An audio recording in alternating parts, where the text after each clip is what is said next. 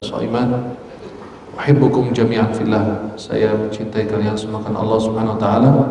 Semoga Allah senantiasa pertemukan kita di dunia dalam taat dan di akhirat di surganya Allah Subhanahu wa taala. Senang sekali di siang hari ini bisa memandang wajah-wajah penghuni surganya Allah Subhanahu wa taala. Mudah-mudahan puasa kita, sholat kita, doa, sedekah kita, amal kebaikan yang kita lakukan senantiasa diterima oleh Allah Jalla Jalla. Para jemaah yang dimuliakan Allah, ada hadis diriwayatkan oleh Ibnu Hibban dalam Sahih beliau dari Anas bin Malik radhiyallahu anhu, dan ada beberapa rawi lain. Dan seperti Malik bin Al-Huwairith,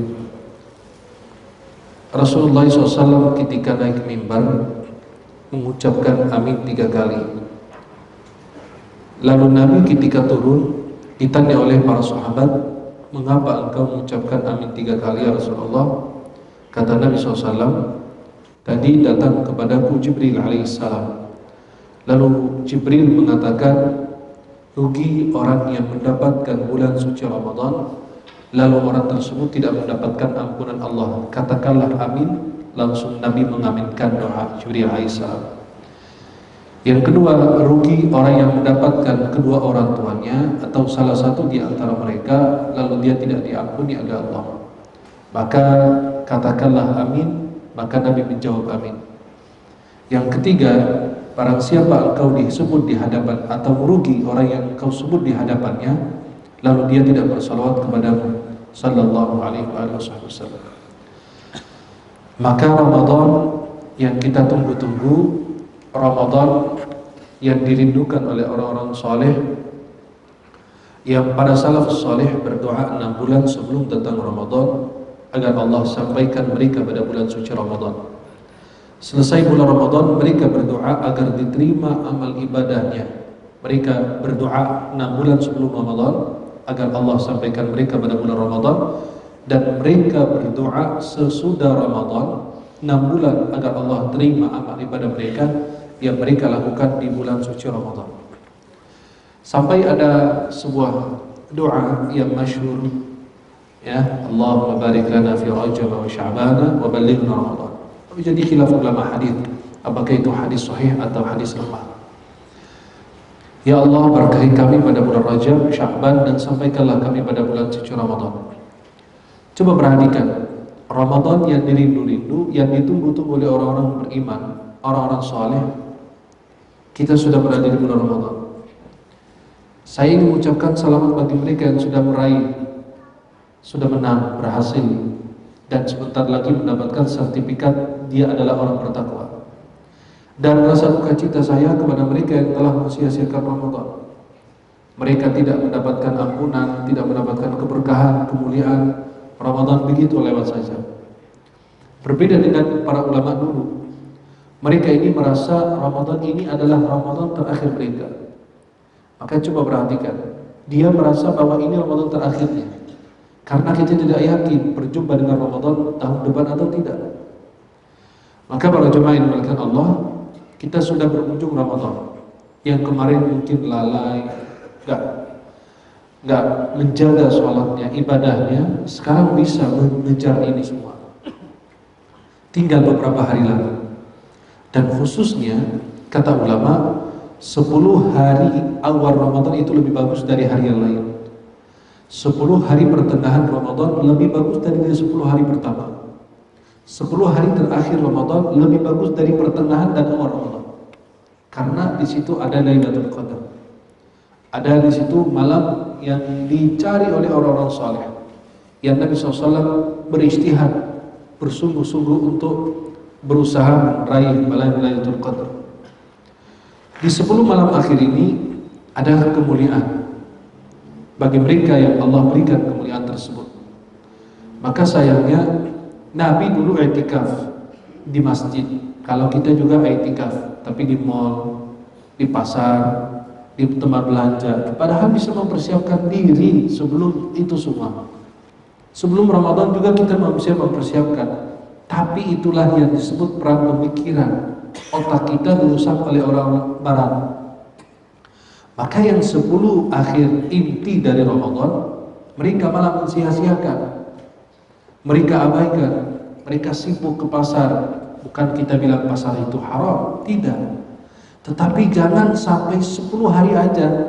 Di antara setahun Anda ini sibuk terus, masa 10 hari saja Anda tidak bisa meraih ampunan kemuliaan Allah? Maka ini sekarang karena sudah di penghujung Ramadan dan di 10 malam akhir, apa amalan yang dilakukan oleh Rasulullah agar kita semua juga mengamalkannya? Minimal nggak semua, 1 atau 2 amalan. Artinya apa? Berusaha mengikuti langkah Rasulullah. Kalau kita tidak mengikuti sunnah Nabi secara total, keseluruhan, minimal aja kita pernah mengerjakan sunnah, menjaga sunnah Rasulullah Muhammad sallallahu alaihi wasallam. Yang pertama yang Nabi lakukan adalah qiyam malamnya. Nabi menghidupkan malam. Sayyidah Aisyah radhiyallahu anha meriwayatkan hadis yang diriwayatkan oleh Imam Bukhari Muslim. Aisyah mengatakan radhiyallahu anha, kana an-nabiyyu idza dakhala al-'ashr al-awakhir, apabila Nabi SAW masuk 10 malam akhir, aiqadha ahlahu, Nabi membangunkan keluarganya, wa shadda mi'zarahu, Nabi mengencangkan sarungnya, wa ahya lailahu, Nabi hidupkan malamnya. Dalam kitab Muwatta Imam Malik, kitab 1 jilid, itu isinya sekitar 2000-an hadis lebih sesuai dengan riwayatnya karena perawinya banyak. Ada Yahya al-Laitsi dan rawi-rawi yang lain. Ada jumlahnya 2000, ada jumlah 4000-an karena ucapan Imam Malik itu disebut angka, dikasih angka juga atau dihitung. Dalam Muwatta Imam Malik sampai Imam Syafi'i dulu mengatakan tidak ada kitab yang lebih sahih dari Muwatta Imam Malik, kitab hadis dan fikih. Tapi itu sebelum ada Sahih Bukhari dan Muslim, karena Imam Bukhari lahir belakangan 194 Hijriah dan Imam Syafi'i wafat 204. Maka Imam Bukhari belum sempat belajar sama Imam Syafi'i, tapi belajar sama muridnya Imam Ahmad bin Hanbal. Maka murid dari Imam Bukhari adalah Imam Imam Ahmad bin Hanbal. Murid daripada Imam Bukhari, Imam Muslim yang punya Sahih Bukhari dan Muslim. Tuh lihat sanadnya bersambung, keilmuannya. Imam Muslim murid dari Imam Bukhari. Imam Bukhari murid dari Imam Ahmad bin Hanbal. Imam Ahmad bin Hanbal murid daripada Imam Syafi'i. Imam Syafi'i murid dari Imam Malik. Imam Malik murid dari Nafi'. Imam Nafi' murid dari Ibnu Umar, sahabat Nabi. Ibnu Umar murid dan sekaligus sahabat Rasulullah SAW. Maka coba sanadnya. Maka para jamaah yang dimuliakan Allah Subhanahu Wa Taala, Nabi SAW mengerjakan atau menghidupkan malam. Dan dalam Muwatta Malik dikatakan Umar bin Khattab radhiyallahu anhu, beliau salat malam sampai yang dikehendaki oleh Allah. 2 rakaat, 4 rakaat, 8 rakaat sampai yang dikehendaki oleh Allah. Hatta idza kana nisfal lail, apabila sudah pertengahan malam, aiqadha ahlahu lis-shalah. Umar bin Khattab bangunkan keluarga untuk mengerjakan salat. Maka beliau mengatakan apa? As-shalah, as-shalah, salat. Kalau kita bangunin keluarga kita buat apa? Jalan-jalan, makan, mandi, ya. Anak kita dibangunin tidur, ayo makan sayang. Nah, tapi nggak bangunin untuk salat. Nggak dipikirin, isi perutnya aja dipikirin. Halo? Masih hidup nggak? Kok nggak ada yang bergerak gitu ya? Astagfirullah. Kelihatan puasa kalian. Kalau orang tua mikirin isi perut anak, nggak pernah mikirin isi keimanannya, rohnya, jiwanya. Kata Syekhul Islam Ibnu Taimiyah, kebutuhan kita kepada ilmu agama, kepada zikir, sebagaimana kita membutuhkan makan dan minum. Dan Imam Ibnu Taimiyah rahimahullah mengatakan kebutuhan manusia terhadap zikir sebagaimana kebutuhan ikan kepada air. Kalau ikan keluar dari air, Ikan keluar dari air kemana? Enggak mati dong, digoreng, dibakar kan? Enggak mati, mati kita dimakan juga. Kita kan nggak ninggalin apa-apa gitu. Ikan udah mati masih ada dihajar, masih dimakan juga, ya kan, halal. Hadisnya dalam Sunan Ibnu Majah. Artinya apa? Kata Imam Ibnu Taimiyah, kebutuhan manusia kepada zikir sama dengan kebutuhan ikan kepada air. Kalau ikan keluar dari air mati, begitu manusia tanpa zikir mati. Zikir itu apa? Ingat Allah. Salat itu ingat Allah juga. Wa aqimus salata li dzikri. Dirikan salat untuk senantiasa mengingatku. Maka Sayyidina Umar bin Khattab membangunkan keluarga, salat, ayo bangun. Kalau kita, ya kasihan anak tengah malam, ngapain diajak ke masjid? Tidur sayang, tidur, biar masuk neraka nanti sayang. Itu aja orang tua. Bukan dibangunkan, kita membangunkan anak demi kebaikan anak. Bukan karena benci kepada anak. Kadang-kadang kita kasih yang pahit kepada anak demi kebaikan dia sendiri. Anak itu disuntik di depan orang tuanya, ya Allah nggak tega, tapi demi kebaikan dia. Anak itu dioperasi, dibelah dadanya, itu demi kebaikan anaknya. Maka kalau kita tengah malam membangunkan keluarga untuk sholat malam, bukan karena kita apa? Nggak ada kasih sayang, nggak ada apa? Enggak. Sebagaimana kita memanggil anak buat makan, kita manggil anak untuk memenuhi panggilan Allah. Kita sejak kecil kita didik agama. Kita tidak akan hidup selamanya buat anak kita. Orang tua bilang, Syekh doain anak saya biar rajin sholat, karena dia nggak mau sholat. Saya kira anak usia 7 tahun, 10 tahun, ya maksimal 15 tahun. Anak ABG itu, cabai-cabian itu, bisa jadikan. Pas saya bilang insya Allah, memang umurnya berapa? 30 tahun. Waduh, itu bukan anak lagi, ini udah kakek-kakek, ini aki-aki ini.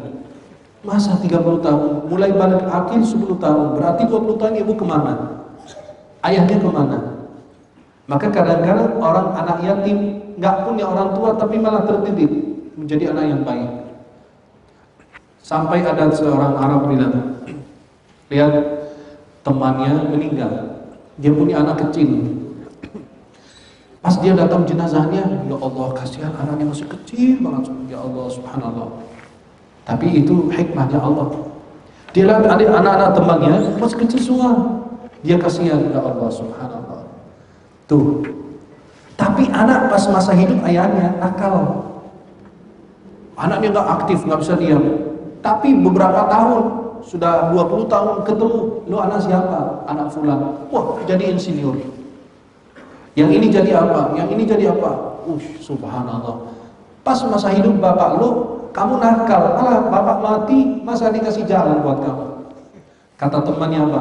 Kita mati aja biar anak kita jadi soleh gitu ya. Kenapa? Karena pas ayahnya meninggal, kadang-kadang sosok ayah itu ada tidak ada juga mungkin bermanfaat. Kadang-kadang dia ada tapi nggak bermanfaat. Kadang-kadang tidak ada tapi malah terdidik menjadi anak yang baik. Maka Umar bangunkan salat, lalu baca firman Allah, wa'mur ahlaka bis-sholati wastabir 'alaiha. Perintahkan keluargamu untuk mendirikan salat dan bersabar dalam mengajak mereka. Karena Allah yang berfirman begitu. Ya ayyuhalladzina amanu qu anfusakum wa ahlikum naran wa quduha an-nas wal hijarah 'alayha malaikatun ghilazun shidadun la ya'suna Allah ma amarahum wa yaf'aluna ma yu'marun. Hai orang beriman, jagalah diri kalian, keluarga kalian dari api neraka jahanam. Itu surat At-Tahrim ayat 6. Kata Imam Qurtubi dalam tafsir beliau, ini menunjukkan perintah wajib seorang suami kepala rumah tangga menjaga dirinya, keluarga, anak daripada neraka jahanam. Tapi malah sendiri kita mau neraka jahanam sendiri. Halo? Ada yang mau neraka enggak? Ada. Habis sholat, Rabbana shrif 'anna 'adzab jahannam, ya Allah jauhkan azab jahannam dari kami. Tapi neraka dibawa sendiri kan? Banyak Nabi itu. Banyak. Dia berdoa, ya Allah jauhkan kami dari api neraka jahannam, tapi habis keluar dari masjid pakai api lagi. Kalau masuk surga gimana? Kan nggak ada api di surga, nanti terserah deh mau ke neraka terserah. Dan Nabi SAW apabila masuk 10 malam akhir, Nabi hidupkan malam. Hidupkan malam itu nggak harus dengan sholat. Menghidupkan malam itu apa? Dengan berbagai macam taat. Mau zikir, mau istighfar, mau sholawat, mau baca Quran, mau sholat, bebas. Yang penting baca Quran, yang penting sholat, yang penting ibadah, itu aja. Enggak itu harus membebani, enggak. Kalau Anda mau sholat malam berarti harus sholat, harus baca Quran, dan harus ini, enggak. Biarkan dia, yang penting dia isi waktu itu dengan ketaatan. Mau dia baca Quran, boleh. Mau dia 2 rakaat, kemudian baca 1 lembar Quran, lanjut lagi 2 rakaat lagi, dan seterusnya. Sebagaimana kita, biar orang tidak bosan.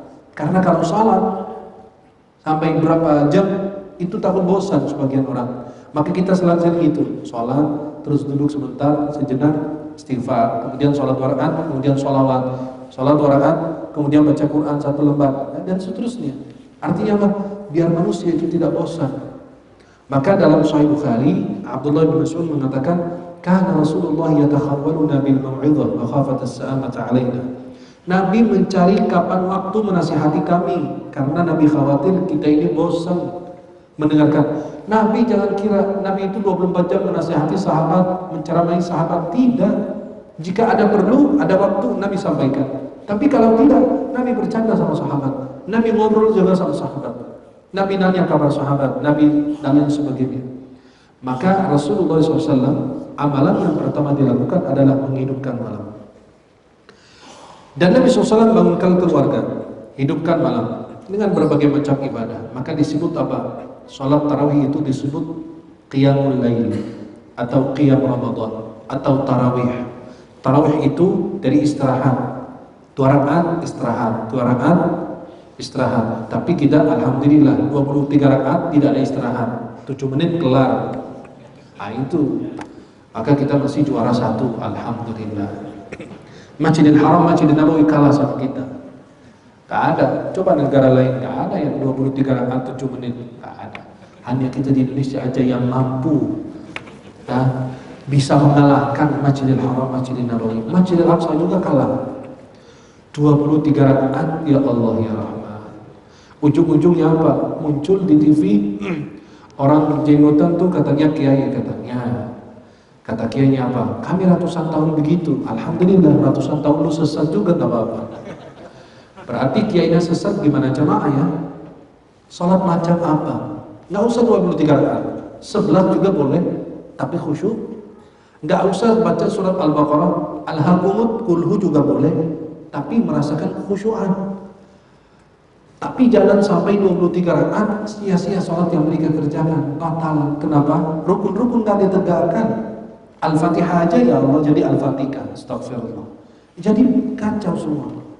Kita ini sholat untuk mendekatkan diri kepada Allah, bukan sholat untuk apa, olahraga. Tidak. Ini adalah perintah ta'abudi. Kita melakukannya beribadah kepada Allah. Maka orang yang sholat itu benar-benar khusyuk. Salat 11 atau 23 salat tarawih. Salat tarawih itu tidak ada batasnya. Dalam Muwatta Malik, Umar bin Khattab di zaman beliau salat tarawih itu 23. Nabi, kata Sayyidah Aisyah dalam Sahih Bukhari Muslim, aku melihat Nabi di Ramadan maupun di luar Ramadan salat 11. Tapi itu yang dilihat oleh beliau. Tapi itu cuma, maaf, antum lihat ustaz itu lagi minum berdiri. Tuh. Berarti itu boleh. Tapi ustaz itu pernah di posisi yang lain atau tempat yang lain juga minum duduk. Artinya jangan menghukumi dari satu hadis bahwa itu berarti 11 itu yang benar. Tidak.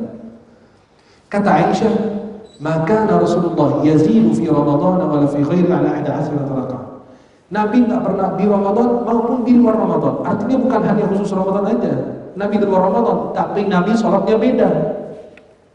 Nabi 11 rakaat beda dengan sholat kita. Kita al-hakumut kulhu wal asri kulhu wailun likulhu. Nabi beda. Kata Hudzaifah bin Yaman dalam Sahih Muslim, aku pernah ikut sholat di belakang Nabi malam. Ternyata terkejut beliau, kaget, loh. Nabi takbiratul ihram, baca Al-Fatihah, Al-Baqarah. Kata Hudzaifah, 50 ayat ruku nanti, nggak ruku juga. Lanjut 100 ayat nggak ruku juga. 200 ayat nggak ruku juga. Waduh, 286 ayat Al-Baqarah habis, kata beliau, alhamdulillah, wansurna 'alal qaumil kafirin, kata beliau, Nabi nanti ruku, enggak, disambung surat An-Nisa. Ya salam. Bayangkan bersambung, kata beliau, ya enggak apa-apa deh. An-Nisa nanti ruku, enggak ruku juga Nabi. Lanjut Ali Imran, hampir 5 juz lebih, baru 1 rakaat. Ya Allah, jamaah aja kasih surat Amma yatasaalun 1 rakaat, wallah enggak ada yang hadir di masjid sini lagi. Enggak ada yang datang ke sini lagi. Siapa imamnya malam? Fulan. Oh, panjang, enggak jadi deh, aku cari yang dekat, yang lain. Nah, gitu. Padahal kepingin masuk surga. Masa kepingin masuk surga dengan kulhu? Kan kulhu bagus juga.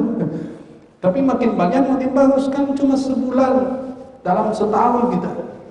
Masa sampai terburu-buru buat ibadah? Giliran makan khusyuk, giliran takjil aja 15 macam makan dicoba semua. Kolak dimakan, ini es kelapa dimakan, ini diminum, ini di esok minum, ini es teh manis minum, kolak minum makan, lontong makan, gorengan habis. Astagfirullah. Tapi giliran sholat maunya yang cepat. Ustaz, jangan lama-lama dong. Capek, kasihan kita. Loh, giliran ke mall, giliran main bola, giliran apa, berjam-jam nggak bosan, giliran sholat aja, astagfirullah. Kayak kita ngajak jamaah masuk neraka gitu ya, astagfirullah. Maka coba perhatikan, sholat malam itu tidak ada batasnya, kata ulama. Nabi 11 panjang bacaannya. Maka ulama bilang, kalau mau bacaannya panjang 11 rakaat, mau bacaannya pendek 23. Dan sholat malam tidak ada batas. Sampai sekarang di Masjidil Haram, Masjid Nabawi 23 rakaat, 1 juz. Dan sekarang mereka pakai bacaan hadr. Hadr itu cepat. Maka imamnya cepat baca. Kenapa? Ya, kalau dia baca tartil benar-benar ini banget, habis. Jamaah aja 11 rakaat, 23 rakaat, 1 juz, keluarnya sekitar jam 10-an, jam 11. Maaf, padat orang Ramadan lagi, sampai ke hotel udah menjelang subuh, sahur balik lagi ke masjid. Nah, itu kenapa? Subhanallah. Maka Nabi sampai kata Uzaifah, waduh, hampir 5 juz 1 rakaat. Kita di sini, masya Allah, kalau di sini contoh 11 rakaat, imamnya itu salah khilaf ya, imam khilaf, namanya manusia kan. Pas takbiratul ihram lupa dia imam, lupa di jamaah di belakang, baca surat Al-Baqarah sampai 100 ayat. Wallah, pada salam semua keluar. Kalau cuma keluar aja itu alhamdulillah, dilempar tuh imam, kayak lempar jumroh. Stop. Kenapa? Ya karena kita maunya yang cepat. Padahal kita waktu itu diisi dengan waktu yang bermanfaat, dengan ibadah yang benar-benar dicintai oleh Allah. Maka kalau sholat malam tidak ada batas, mau 11 boleh, mau 23 boleh, silakan. Tapi yang penting syaratnya 1, khusyuk. Cari imam yang bacanya bagus. Saya berapa kali ikut di belakang beberapa imam di luar, di beberapa masjid, astagfirullah. Allah, itu saya panas badan saya. Kenapa? Karena tajwidnya salah. Ke kuping saya itu bikin panas saya. Kalau jemaah kan nggak ngerti. Jemaah cuma ikut suaranya, oh suaranya keren ya. Nah, saya maunya suara bebek tapi bacanya bagus, tajwidnya benar. Karena kalau suaranya merdu tapi tajwidnya salah, itu kacau, batal sholat kita. Karena jemaah nggak ngerti tajwid. Kita yang di belakang aja pusing. Astagfirullah, gimana ini sholat ini? Berapa kali saya ikut berapa imam? LCMA, SAG, Sarjana Alam Gaib. Loh, dia SAG, dia MA, dia M apa? Nggak ada urusan. Urusan di situ dengan tajwid. Maka jangan cari imam yang suaranya bagus, tajwidnya berantakan.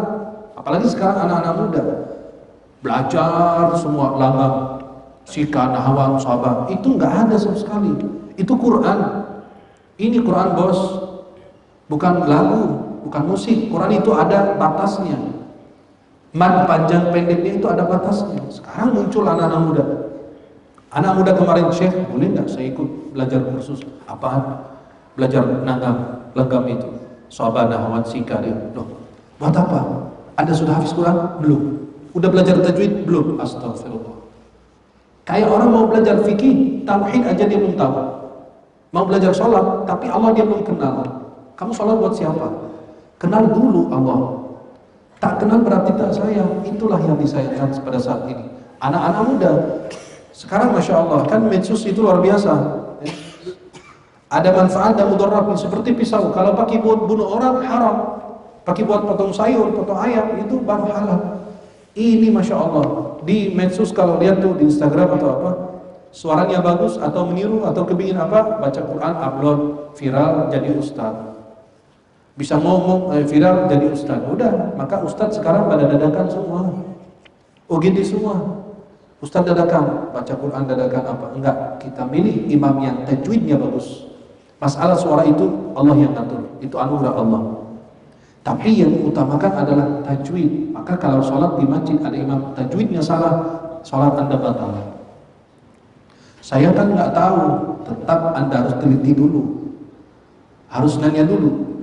Maka sebagai pengurus, kalau ngundang orang yang tajwidnya berantakan, berdosa. Kenapa? Jangan ikutin suara, tapi ikutin tajwid. Kan banyak guru-guru, imam ratib nanya, ini bacaan imam ini gimana? Bagus apa enggak? Boleh, ayo undang. Kalau enggak perlu. Kalau bacanya pas lagi baca alhamdu jadi alhamdu, batal sholat. Bukan pujian bagi Allah, na'udzubillah, malah kematian bagi Allah. Alhamdu, alif lam ha, mim dal, dalam bahasa Arab itu kematian. Beda dengan alhamdu, pujian bagi Allah. Shalatul ladzina an'amtu, loh, an'amta, Allah bukan saya. Innalillahi.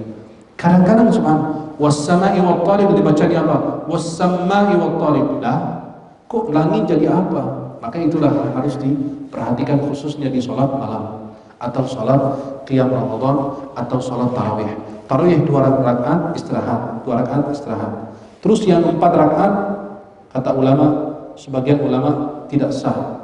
Mazhab Syafi'i dalam Mawsu' al-Fiqh al-Kuwaitiyah itu tidak sah. Kenapa? Karena sholat malam 2-2. Ada ulama bilang enggak, tetap sah, tapi menyelisihi sunnah Nabi. Karena Nabi ketika ditanya tentang sholat malam, kata Nabi, sholatul laili mathna, sholat malam 2-2, bukan 4-1 salam. Karena mereka salah pahami hadis Aisyah radhiyallahu anha. Nabi mengencangkan sarungnya. Artinya apa? Nabi ini, kata ulama hadis, ada 2 penafsiran. Pertama, mengencangkan sarung, bersungguh-sungguh dalam beribadah. Yang kedua, Nabi mengencangkan sarung artinya menjauhi istri-istrinya, karena Nabi i'tikaf 10 malam akhir. Dan yang membatalkan i'tikaf adalah orang berhubungan dengan istrinya. Kalau berhubungan dengan istri, batal i'tikaf. Keluar tidak ada darurat, batal i'tikaf. Ya. Keluar dari masjid bukan untuk buang hajat, beli makan, beli minum, itu batal. Keluar dari masjid mengantar jenazah, batal. Menjenguk orang sakit, batal. Ya, dan lain sebagainya. Maka itu beberapa hal yang membatalkan i'tikaf. Dan Rasulullah SAW, kata Sayyidah Aisyah, kana ya'takifu al-ashr al-awakhir min Ramadan hatta tawaffahu Allah. Nabi jaga i'tikaf itu 10 malam akhir sampai Nabi wafat. Tapi menjelang akhir hayat Nabi, tahun terakhir, Ramadan terakhir Nabi puasa berapa Ramadan? Halo? Berapa? Nah? 9 Ramadan. Ada yang lagi? Halo? Nah, 9 Ramadan. Nabi Allah wajibkan puasa pada tahun kedua Hijriah. Nabi wafat tahun berapa? Kalau 9 tahun puasa. Nah, halo? Astagfirullah. Gak ada yang tahu Nabi wafat tahun berapa? Innalillahi. Salah masuk apa? Nah, puasa Ramadan, Nabi puasa 9 tahun. Puasa diwajibkan pada tahun kedua Hijriah. Masa belum hitung juga? Astagfirullah. Tahun berapa? Ya salam. Nabi SAW puasa 9 kali, 9 tahun. Setiap tahun Nabi 8 tahun itu Nabi i'tikaf sebelum malam akhir. Tahun ke-9 terakhir puasa Rasulullah, beliau i'tikaf 20 hari. Dan i'tikaf itu diteruskan oleh para istri-istri beliau. Siapa? Istri-istri Nabi. Siapa? Istri-istri. Ya, kita satu istri aja udah begini ya, subhanallah. Istri-istri Nabi, mereka meluruskan i'tikaf. Memang perempuan boleh i'tikaf enggak? Jadi khilaf di sini masalah i'tikaf. Mazhab Syafi'i, Hanbali, Maliki mengatakan i'tikaf itu adalah untuk laki-laki dan perempuan. Dan dilakukan di masjid, tidak sah kalau di luar masjid. dan masjid yang didirikan di dalamnya sholat 5 waktu plus dengan sholat Jumat. Karena ketika masjid itu cuma sholat Jumat 5 waktu, lalu dia harus keluar untuk sholat Jumat di masjid lain, maka itu bertentangan dengan i'tikaf. Maka dianjurkan wa antum aakifuna fil masajid. Ya, sedangkan kalian i'tikaf di masjid jami' kalau kita kenal sekarang. Masjid yang didirikan 5 waktu dan plus dengan Jumatan. Biar tidak keluar dari masjid. Masuk malam 21 sampai keluar malam takbiran. Udah.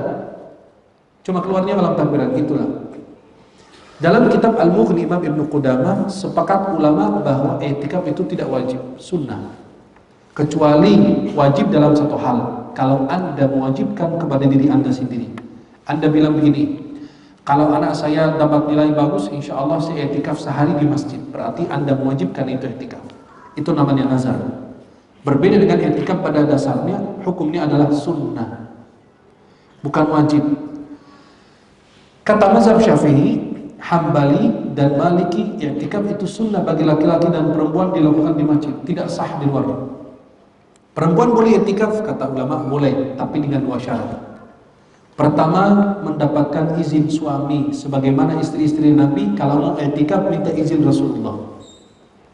Yang kedua, jika tidak terjadi fitnah dengan i'tikafnya perempuan. Contoh, dia tempat masjidnya lumayan kecil dan perempuan di belakang dan mungkin terjadi fitnah pada saat itu atau gimana, ya, maka itu bagi dia nggak boleh. Selama menjaga 2 syarat ini, boleh i'tikaf bagi perempuan di masjid. Pertama, mendapat izin suami.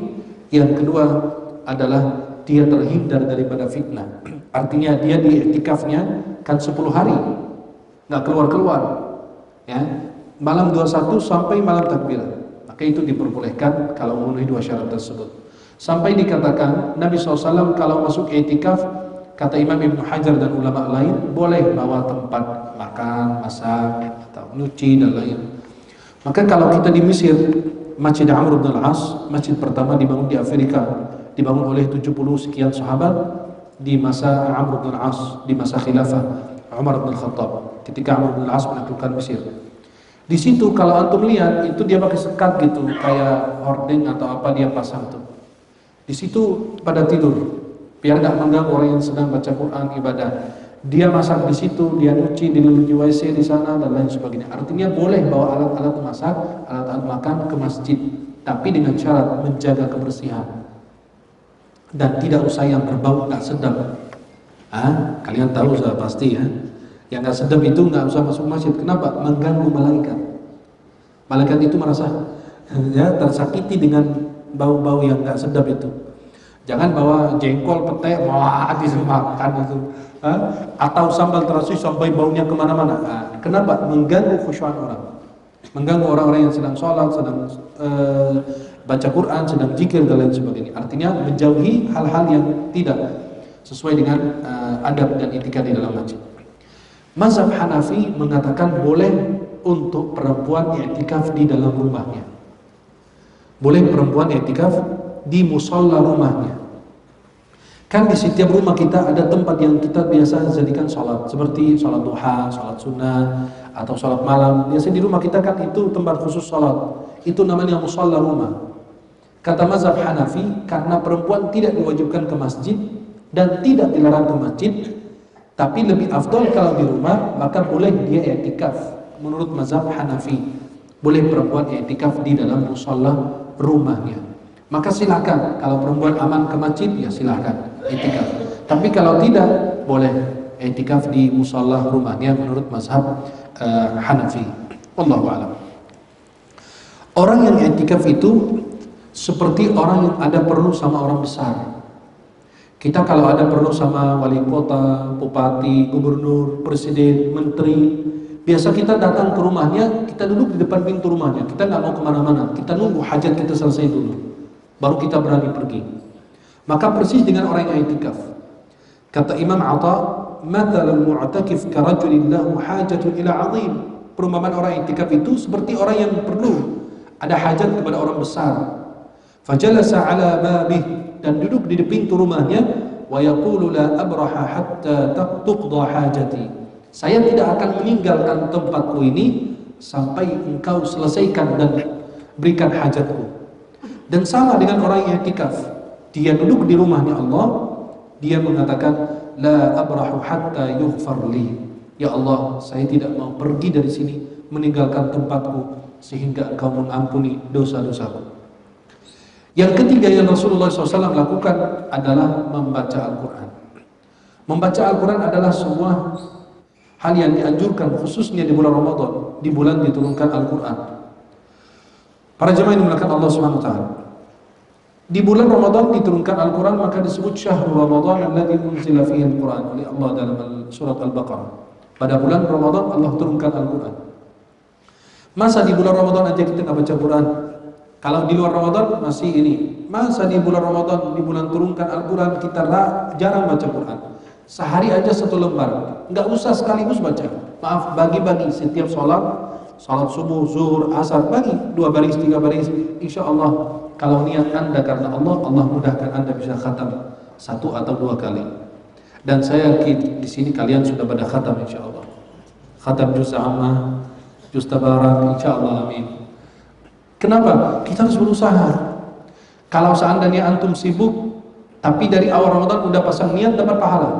Antum cuma baca 5 juz, habis itu antum sibuk karena ada kerjaan dan lain, nggak sempat lanjut, dapat pahala. Dalam Sahih Muslim, kata Nabi SAW kepada sahabat, ya, ada orang di kota Madinah, mereka kan ikut perang sama Nabi, tapi ada orang-orang yang tertinggal di kota Madinah. Kata Nabi SAW, setiap langkah kalian mereka dapat pahala, padahal mereka gak ikut. Siapa ya Rasulullah? Qal habasahumul udhr. Mereka itu ada di kota Madinah, tapi dihalangi oleh uzur. Karena dia sudah sepuh, kepingin jihad, tapi karena sudah tua nggak bisa ikut. Karena dia perempuan, kepingin jihad, tapi nggak bisa ikut. Karena Nabi menyuruh dia menjaga penduduk Madinah sampai Nabi kembali dari perang, dia kepingin ikut perang bersama Nabi, tetapi itu karena dihalangi oleh uzur. Maka kata Rasulullah dalam Sahih Bukhari Muslim dari Umar bin Khattab, innamal a'malu binniyat. Niatkan, maaf dari saat ini niatkan, ya Allah, aku niatkan bisa sampai akhir Ramadan aku mau banyak ibadah, aku mau banyak zikir, mau banyak baca Quran. Antum lakukan, insya Allah dapat pahala. Nggak dilakukan, dapat pahala niat. Ya, maka baca Al-Quran itu Nabi SAW senantiasa, khususnya di sebelum malam akhir, berbanyak baca. Pagi, siang, sore, malam Rasulullah baca Al-Quran. Dari Ibnu Abbas, bahwasannya Rasulullah SAW bertemu dengan Jibril setiap malam tadarus Quran. Hadis riwayat Imam Bukhari Muslim. Imam Syafi'i, ya, imam mazhab besar kita di Indonesia, Imam Syafi'i khatam Al-Quran sebulan Ramadan itu berapa kali? Halo? Berapa kali? 30. Saya tambahin 30 lagi. 60 kali beliau khatam. Imam Syafi'i 60 kali. Dulu nggak ada kipas angin, nggak ada AC, nggak ada karpet, susah mereka dulu. Tapi semangat. Sekarang Masya Allah fasilitas sudah bagus, tapi malah kita malas untuk beribadah. Allah. Saya 60 kali kebayang kayak gimana yang itu? Halo? Halo? Masih hidup? 60 kali khatam. Kebayang antum baca khatam sekali aja udah joget, gembira. Ajak teman-teman, praktikin mereka buka puasa. Kenapa? Alhamdulillah udah khatam Al-Quran. Bukan khatam hafalan, khatam bacaan. Imam Syafi'i 60 kali, kebayang gimana gitu ya. Sehari berapa kali? 2 kali. Ya Allah, ya salam. Kita sehari aja baca juz, waduh, luar biasa. Maka itu proyek yang tidak pernah gagal Quran. Proyek itu ada untung, ada rugi. Cuma satu proyek aja, nggak bakalan gagal. Kalau antum buka usaha, ada untung, ada ruginya. Kalau usaha Quran, nggak ada ruginya, malah beruntung. Saya mau proyek apa? Hafal Quran. Tapi pas pertengahan, ya begitulah, jadi nggak bisa hafal. Kata ulama, nggak rugi. Kenapa? Minimal dapat pahala bacaan Al-Quran. Kalau nggak sempat hafal juga, luar biasa kan? Imam Syafi'i mengkhatamkan Al-Quran 60 kali di bulan Ramadan. Qatadah, dan dikatakan ulama lain, kana yakhtimul Qur'ana fi kulli 7 layalin marrah. Dalam 7 hari atau 6 hari dalam sebagian penjelasan, di luar Ramadan itu 7 hari atau 6 hari sekali khatam. Berarti sehari baca berapa juz? 5 juz. 5 kali 6, 30. Itu setiap hari baca 5 juz, luar biasa. Apabila masuk bulan suci Ramadan, beliau khatam 3 hari sekali. Halo? 3 hari apa? Berarti sehari berapa juz? 10 juz. Dan Qatadah di luar Ramadan 6 hari sekali khatam. Sudah masuk Ramadan, beliau setiap 3 hari khatam. Sudah masuk 10 malam akhir, beliau setiap malam khatam sekali. Luar biasa. Ya Allah, setiap malam mereka khatam Quran. Kita khatam, alhamdulillah, khatam baca WA, baca Facebook, baca Twitter, baca Instagram, itu kita khatam terus. Tapi kalau khatam Quran itu subhanallah, Allah musta'an. Maka para jemaah yang dimuliakan Allah Subhanahu wa taala, kita membaca Al-Quran itu sebuah kenikmatan tersendiri. Rasulullah SAW bersabda, bacalah Al-Quran karena Al-Quran akan datang di hari kiamat berbagi syafaat kepada mereka yang rajin baca Quran. Hadis dalam Sahih Muslim dari Abu Muhammad Al-Bahili. Hadis dalam Sahih Bukhari Muslim dari Aisyah radhiyallahu anha, orang yang baca Al-Quran dengan fasih, dengan lancar, mahir bersama para malaikat Allah yang mulia. Dan orang yang terpatah-patah baca Al-Quran, dia meraih 2 kebaikan, 2 pahala dari Allah. Bayangkan, kita salah baca aja, maaf, kita berusaha aja, susah payah baca Quran, tetap dikasih pahala. Maka Rasulullah SAW mengatakan dalam hadis riwayat Imam Muslim dari Umar bin Khattab, ya, sesungguhnya Allah mengangkat sebuah kaum dengan kemuliaan Al-Quran, dan Allah rendahkan kaum yang lain dengan Al-Quran juga. Mereka yang memuliakan Quran, mereka dimuliakan. Yang merendahkan Al-Quran, direndahkan oleh Allah. Sampai Rasulullah mengatakan dalam Sahih Muslim dari Abu Hurairah, la taj'alu buyutakum maqabir. Jangan jadikan rumah kalian seperti kuburan. Berarti rumah yang tidak dibaca di dalamnya Al-Quran itu apa? Halo? Namanya apa? Kuburan. Coba cek rumah kita, kuburan apa bukan? Biar kalau antum bilang nggak pernah baca Quran, anak lewat rumah antum nggak bilang assalamualaikum orang hidup, tapi assalamualaikum ahla diyari qaumul mu'minin. Ya, kenapa? Kata Nabi kuburan. Ya, kalau lewat kuburan apa? Assalamualaikum, betul? Maka itulah, usahakan untuk Anda baca Quran. Nabi di 10 malam akhir ini, Nabi SAW setiap malam di bulan Ramadan itu tadarus Quran sama Jibril. Ya, dan Rasulullah SAW senantiasa menjaga bacaan Al-Quran. Kemudian yang kelima, berbanyak doa. Doa orang yang puasa itu mustajab. Dalam hadis riwayat Tirmidzi, 3 orang yang tidak ditolak doanya adalah orang yang sedang puasa. Ketika berbuka ada hadisnya lagi. Ketika berbuka ada doa mustajab bagi kita, betul? Doa ketika berbuka puasa apa? Halo? Doa ketika berbuka puasa apa? Hah? Halo, kok ini lemas banget sih? Astagfirullah. Itu bulan Ramadan, itu bulan jihad. Gimana kalian mau jihad udah layu begini? Hah? Astagfirullah. Kalau disuruh jihad sekarang gimana ini begitu? Allahu Akbar. Karena sering makan Indomie sih jadi lemas kalian. Maka jangan Indomie, makan sayur-sayuran, buah-buahan biar sehat. Ini masyarakat anak kecil aja udah begini, udah usia berapa tahun meninggal. Kenapa? Sering makan Indomie. Sering makan makanan yang gak jelas, ya. Nah, doa berbuka puasa apa? Allahumma laka sumtu atau dhahaba dhama'u. Lah, yang mana yang benar? Allahumma laka sumtu atau dhahaba dhama'u. Kalian gak pernah doa ketika berbuka? Nah, dhahaba dhama'u atau Allahumma laka sumtu?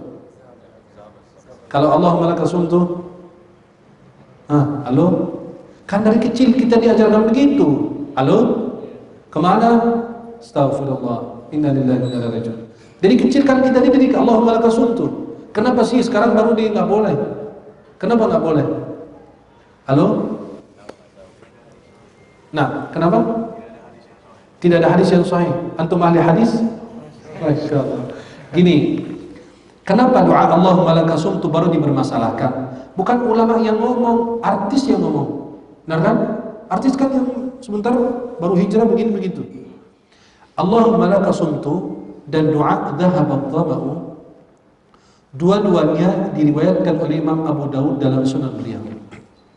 Pelan-pelan biar kita paham agama kita. Jangan kita ngaji kuping. Jangan kita orang yang baru hijrah sehari 2 hari ini bilang hadis dhaif, hadis ini, hadis itu. Enggak, pelan-pelan. Santai kalau belajar ilmu itu. Jangan dari satu guru langsung, enggak. Harus teliti dulu.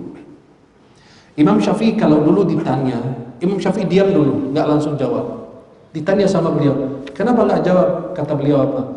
Tunggu ya akhi, wahai saudaraku, aku tidak tahu. Lebih baik aku menjawab atau diam. Allahumma laka sumtu, hadisnya riwayat Abu Daud dalam sunan beliau. Hadisnya mursal. Sebagian ulama mengatakan hadisnya dhaif, lemah. Hadis dhaif itu bukan berarti hadis palsu. Pernah diucapkan Nabi, tapi perawi-perawinya itu di situ ada yang lemah.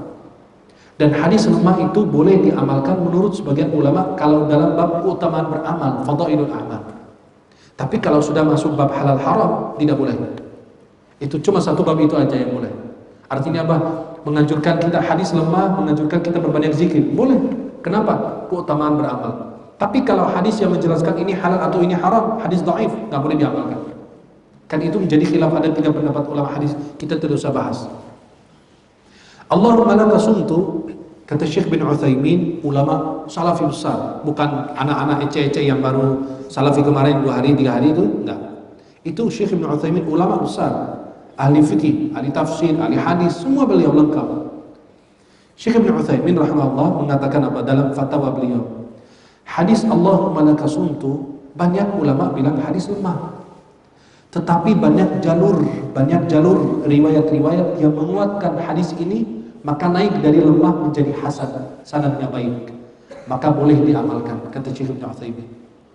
Tapi hadis lebih sahih, dzahaba dhama'u. Tapi beliau tidak bilang jangan amalkan Allahumma laka sumtu, boleh juga.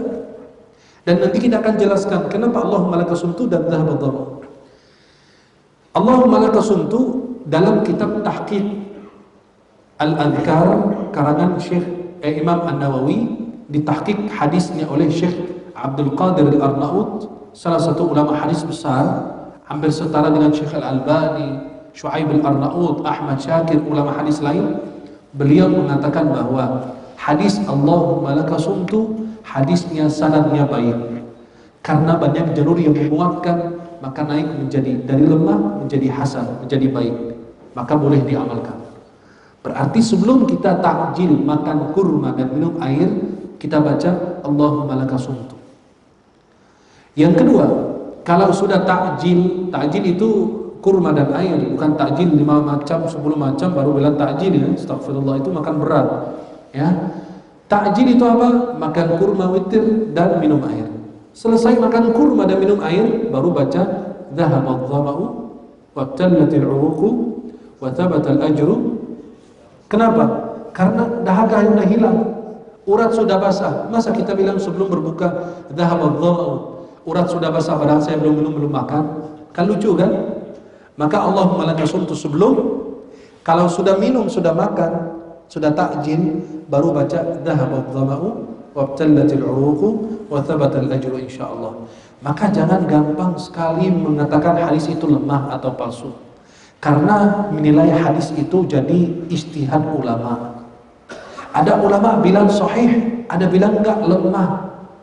Syekh Al-Albani sendiri dalam kitab-kitab beliau, di dalam kitab ini dibilang sahih, dalam kitab berikutnya bilang lemah. Kenapa? Berarti beliau mendapatkan ilmu baru bahwa ini hadisnya enggak sampai sahih, tapi minimal lemah. Itulah ilmu.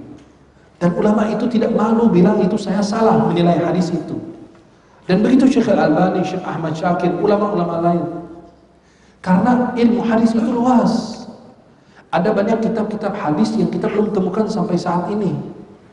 Maka sebelum kita berbuka, Allahumma laka sumtu, sudah takjil, baru baca doa dhahabadh dhama'u. Yang mana yang lebih kuat derajat hadis sahihnya? Dhahabadh dhama'u. Tapi berarti bukan Allahumma laka sumtu itu palsu, tidak. Minimal dinilai oleh ulama itu ada yang bilang lemah, ada yang bilang sanadnya baik, dan kata Syekh Ibnu Utsaimin rahimahullah, sanadnya itu adalah baik. Artinya apa? Pasti boleh diamalkan. Dan ulama-ulama lain juga mengatakan hal demikian. Maka ketika berpuasa, kita berbanyak doa, khususnya menjelang berbuka. Menjelang berbuka itu pada saat manusia sibuk, yang mikirin nasi, yang mikirin kolak, yang mikirin gorengan, istri lagi siapin apa, sibuk. Pas menjelang maghrib lupa mereka berdoa kepada Allah Subhanahu wa taala. Pada saat itu seharusnya mempersiapkan diri untuk menunggu waktu azan untuk berbanyak doa kepada Allah Subhanahu wa taala. Yang keenam, berusaha mencari Lailatul Qadar. Rasulullah di sebelum malam akhir, untuk Lailatul Qadar aja ulama khilaf menjadi berapa pendapat? 64 pendapat ulama kapan itu Lailatul Qadar. 64 pendapat untuk bahas satu aja, Lailatul Qadar kapan. Ringkasan atau singkatan daripada pembahasan itu, Lailatul Qadar itu ada di 10 malam akhir, di malam ganjil, dan ada riwayat malam genap. Di dalam sebagian hadis dikatakan malam 27 tadi malam. Itu sebagian hadis demikian. Tapi wallahu a'lam, karena Lailatul Qadar itu di 10 malam akhir itu berpindah-pindah. Bisa malam ganjil, bisa malam genap. Nah, terus apakah Lailatul Qadar itu apa ciri-cirinya? Ada. Di pagi harinya itu matahari itu terbit, tidak silau gitu atau tidak begitu sinarnya terlalu tajam. Kemudian di malam harinya tidak ada bintang yang dilempar ke syaitan, nggak ada. Apa bintang itu lempar syaitan? Karena dulu sebelum Nabi diutus SAW, itu jin atau syaitan suka mencuri berita dari langit. Ketika Nabi sudah diutus, itu mereka dilempar dengan bintang. Maka kalau antum malam hari bisa lihat tuh sebagian ada bintang hampir mau jatuh ke muka bumi, itu dilempar, syaitan itu dilempar. Maka pada malam itu tidak ada lemparan syaitan. Dan malam itu penuh dengan sejuk, tidak dingin dan tidak panas. Dan malaikat penuh padat di muka bumi. Tanazzalul malaikatu warruhu fiha biidzni rabbihim min kulli amr. Subhanallah, malam yang begitu indah sejuk. Ada yang bilang tidak kedengaran suara anjing. Itu gak ada dalilnya. Itu buktinya anjing gak bakalan diam, apalagi di rumah gitu ya. Taruh di depan rumah gitu. Maka anjing itu enggak ada. Atau ada yang bilang malam itu pohon-pohonan pada tunduk semua, sampai ada foto pohon sedang tunduk, katanya itu pas malam Lailatul Qadar. Astagfirullah, umat Islam sampai segitu ya, lucu jadinya ya. Memang ya pohonnya tumbuhnya begitu, dibilang lagi sujud. Kamu nggak perlu lihat juga, maaf. Kalau seandainya Anda tidak lihat pohon tersebut sujud, kamu tidak mau sujud kepada Allah, kan jadi lucu. Jadi permainan kita umat Islam. Foto-foto beredar, berita-berita yang lucu-lucu, yang hoax itu, ada bacaan hoax ya. Itu saya pelayan makam Rasulullah, Nabi datang tadi malam di mimpi saya. Kata dulu Syekh bin Baz rahimahullah, sampai mengeluarkan fatwa mendustakan itu. Kata Syekh bin Baz apa? Itu muncul orang namanya Ahmad, penjaga makam Nabi. Dia bilang, ini lembaran kertas ini kamu fotokopi 20 kali, kalau tidak sengsara hidupmu, hancur hidupmu, istri lo mati celaka, anakmu dulu. Kata Syekh bin Baz, nggak ada orang yang pelayan makam Nabi namanya Ahmad. Kan lucu umat Islam. Kadang-kadang lewat handphone itu WA, hadis-hadis palsu dibilang hadis riwayat Bukhari Muslim. Dulu pernah Ustaz lagi yang nulis, sesungguhnya di surga ada sungai namanya Sungai Rajab bagi mereka yang puasa di bulan Rajab. Dia tulis hadis riwayat Bukhari Muslim. Astagfirullah. Bukan berdusta atas nama Nabi, atas Bukhari Muslim lagi.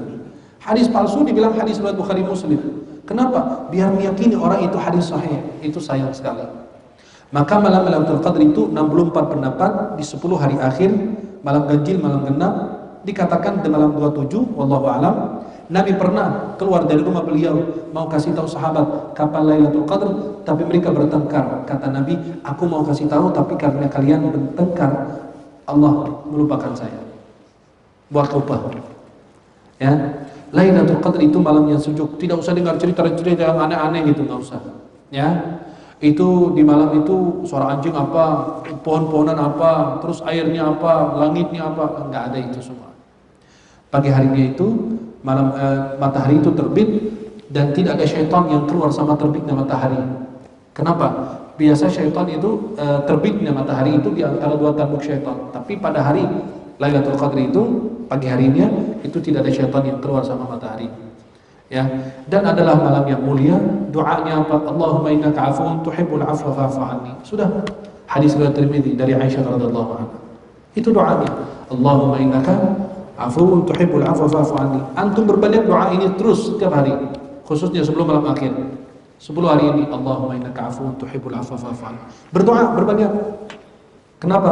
Karena dengan doa ini kita memohon ampun kepada Allah, dimaafkan oleh Allah Subhanahu wa taala. Kemudian para jemaah yang dimuliakan Allah Subhanahu wa taala, Kalau orang sudah dapat Lailatul Qadar, boleh nggak saya tulis status Alhamdulillah tadi malam dapat juga? Disebarin kan sekarang begitu, status cepet. Maka kalau kita punya masalah sama bini harus minta maaf langsung. Kenapa? Kalau tidak langsung dia bikin status, mamang laki saya bikin kesal ya. Itu kalau orang dapat Lailatul Qadar boleh nggak diumumkan? Tidak boleh. Kenapa? Karena Lailatul Qadar itu karamah, anugerah. Kalau Anda dapat karamah, para waliullah tidak pamer-pamerin ibadah, karamah, pemberian Allah, maka disembunyikan saja. Kenapa? Khawatir Anda riak, Anda angkuh sombong sama orang. Hei, lu gimana tadi malam? Gimana? Tadi malam nggak ada yang aneh gitu, nggak ada yang berbeda gitu. Apaan sih, nggak jelas ngomong. Beneran? Biasa gitu, malam yang sejuk itu, yang malaikat turun, Jibril juga turun. Astagfirullah, ini orang ngomong apa ya? Lu nggak ada rasa, malam itu lebih baik dari 1000 bulan. Lu masih juga nggak mikir dong, malam apa itu tadi? Oh iya, Lailatul Qadar ya? Iya. Gue dapat, lu gimana lo? Nggak bakalan kan lu dapat? Kan apes lu kan? Gitu, astagfirullah. Jadi gimana? Jadi ria, jadi sombong, jadi angkuh? Enggak. Kita dapat Lailatul Qadar, sembunyikan buat diri kita. Alhamdulillah, anugerah Allah Subhanahu Wa Taala. Agar tidak timbul apa? Iri, dengki, hasad dan lain sebagainya, apalagi hal-hal yang dimurkai oleh Allah Subhanahu Wa Taala. Maka berusahalah, ini masih ada kesempatan ya, malam ini nanti malam 27 28. Ayo bersegera untuk meraih ampunan Allah Subhanahu Wa Taala. Jangan dibatasi dengan waktu. Setiap saat kita bisa berdoa, setiap saat kita memohon ampun kepada Allah Subhanahu Wa Taala. Yang terakhir adalah kita berbanyak sedekah, infak di akhir bulan yang mulia ini. Mudah-mudahan kita berbanyak infak. Sampai ulama mengatakan, Dr. Adil Qarni mengatakan apa? Kalau orang di 10 hari akhir ini bersedekah, sama dengan dia bersedekah lebih daripada 1000 bulan. Kan khairum min alfi syahr, lebih baik dari 1000 bulan. Maka setiap malam kalau bisa antum keluar dari masjid habis sholat maghrib atau habis isya atau habis tarawih, antum masukin uang di kotak infak setiap malam, pasti dapat Lailatul Qadar insyaallah. Dan itu khairum min alfi syahr, lebih mulia daripada 1000 bulan. Mudah-mudahan kita semua bisa meraih ampunan Allah Subhanahu Wa Taala dan senantiasa bisa mendekatkan diri kepada Allah. Saya ulangi lagi, amalan yang Rasulullah lakukan di 10 malam akhir: pertama, Nabi menghidupkan malam; yang kedua, Nabi SAW i'tikaf, berbanyak baca Al-Quran dan berbanyak doa, khususnya doa ketika berbuka puasa dan doa dalam seharian orang-orang puasa. Itu ada hadisnya masing-masing. Berusaha mencari kemuliaan Lailatul Qadar. Yang terakhir, berbanyak sedekah dan infak. Rasulullah SAW kana asyja'an nas wa kana ajwadan nas. Rasulullah adalah orang yang paling berani dan orang yang paling dermawan, dan kedermawanan Rasulullah nampak begitu luar biasa di bulan suci Ramadan. Mudah-mudahan para jemaah yang ketinggalan awal Ramadan bisa kita mengejarnya di akhir Ramadan ini, karena belum tentu kita hidup untuk Ramadan yang akan datang. Semoga Allah wafatkan kita semua dalam keadaan husnul khatimah. Amin ya rabbal alamin. Aku qouli hadza wa astaghfirullah li wa lakum. Silahkan kalau ada pertanyaan. Wallahu a'lam bissawab. Tafadhal.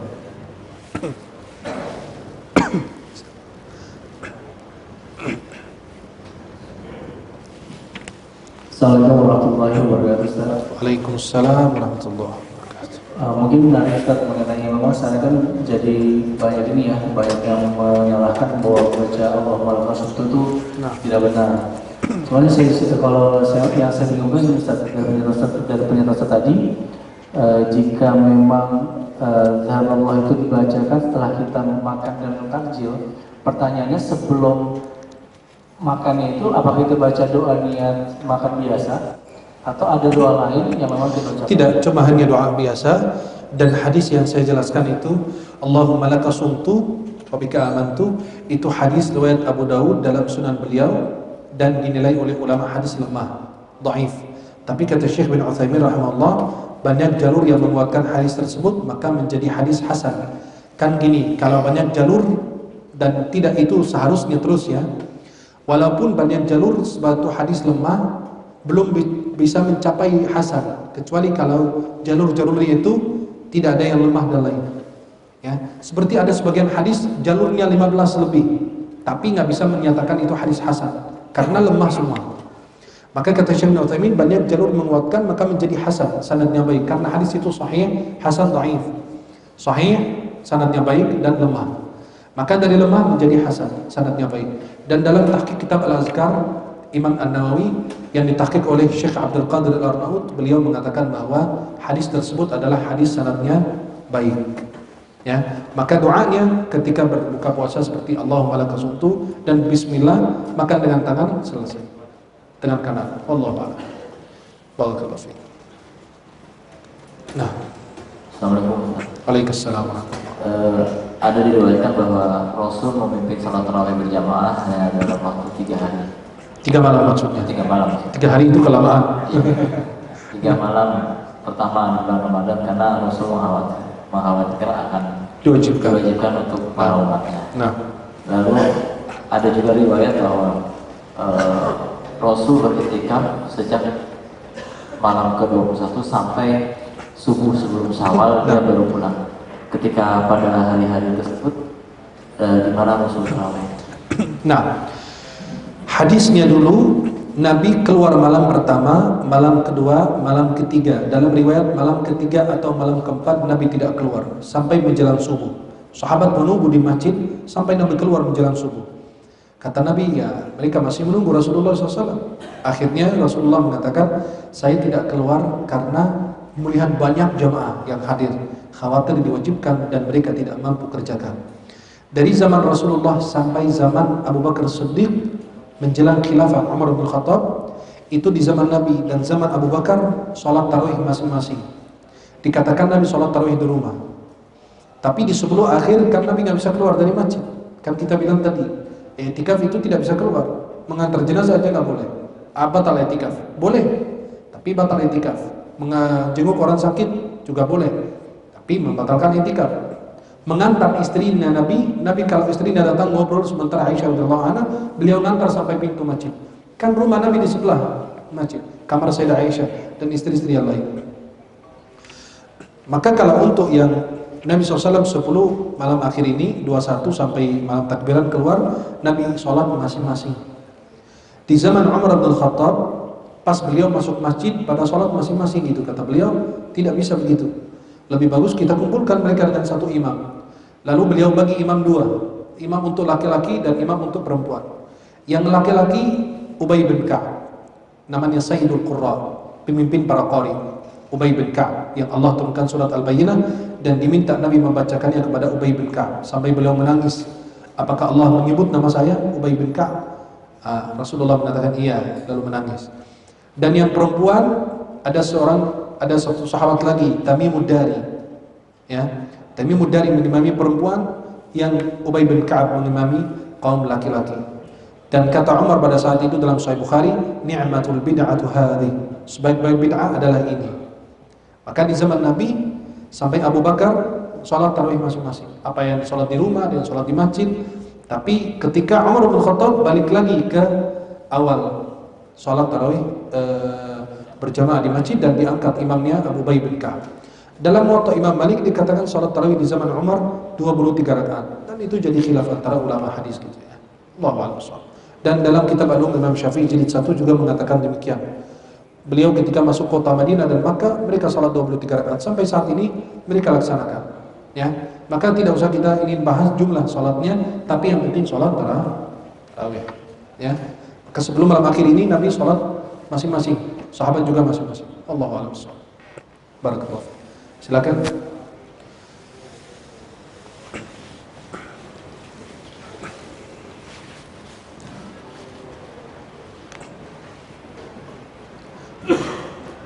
Ada yang mau bertanya? Oh, saudara.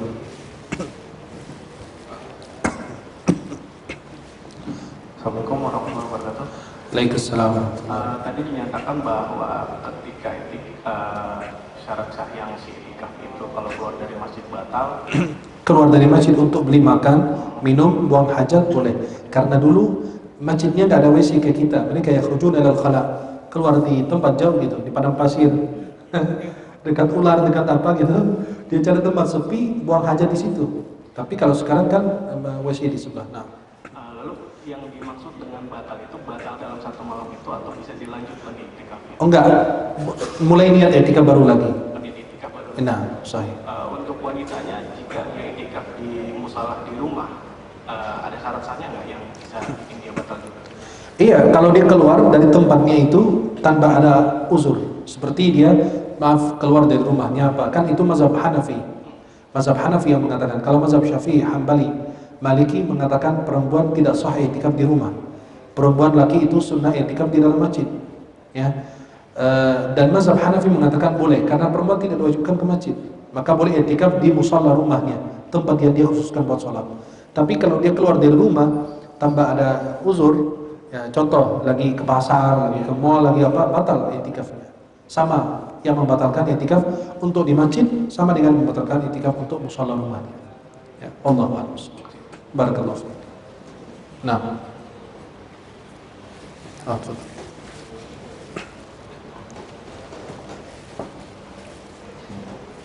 Assalamualaikum warahmatullahi wabarakatuh. Waalaikumsalam warahmatullahi. Saya ingin tanyakan, sekarang itu kan banyak sekali yayasan-yayasan yang membuka jalur untuk infak. Nah, kalau kita melakukan infak melalui yayasan-yayasan tersebut melalui internet itu, sebenarnya apa sah atau tidak amal kita? Karena mungkin katakan saya kira lebih baik kita langsung. Gitu. Dan juga ada satu lagi yang kedua adalah kalau misalkan kita memberikan zakat fitrah. nah, Apabila kita hanya sekedar menghitung jumlah kita, berapa keluarga kita, lalu berapa harga beras yang kita makan, tapi kita tidak menyalurkan ke masjid, tapi kita menyalurkan ke yayasan. nah. Itu bagaimana amalan kita? Nah. Terima kasih. Barakallahu fiik. Waalaikumsalam. Yang pertama, ya masalah yayasan itu. Itu kalau dalam bentuk sedekah boleh, tapi harus teliti dulu yayasan itu amanah atau tidak. Karena sekarang banyak penipuan, ya pinggir jalan aja minta sedekah apa bantuan buat masjid, pas dicari alamat masjidnya palsu. Alamat palsu. Artinya apa? Orang muslim itu cerdas. Al-mu'min kayyisun fatin. Orang mukmin itu cerdas. Ya.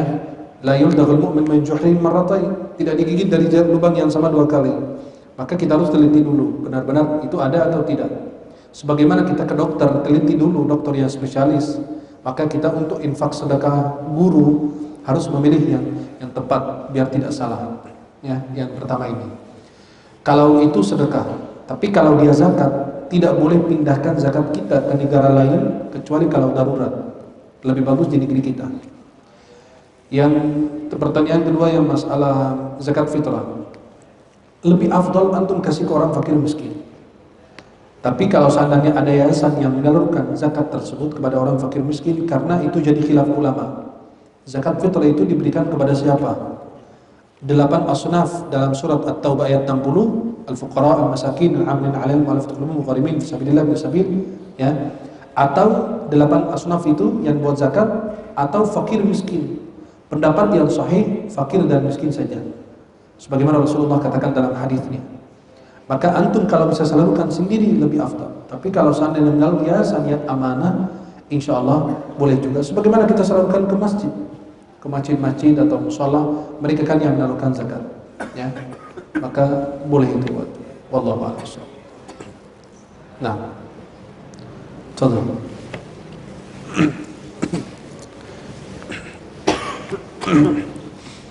Assalamualaikum warahmatullahi wabarakatuh. Waalaikumsalam warahmatullahi wabarakatuh. Pertama yang mau saya tanyakan perihal tadi masalah imam dalam masjid. Nah. Yang kita utamakan adalah takbirnya Nah. dengan irama. Maka Nabi SAW mengatakan, ya ummukum aqra'ukum li kitabillah. Orang yang bacaannya bagus, walaupun nggak harus 30 juz, tapi 1 juz saja bacaannya bagus itu lebih afdal. Nah, Namun konteksnya apabila masjid itu berdekatan dengan rumah kita, nah, pertama apakah kita wajib untuk bisa memberitahu atau kita tidak mengikuti sholat di dalam masjid itu, kita cari masjid yang lain. nah, antum lebih afdal biar nggak menyinggung perasaan seorang imam.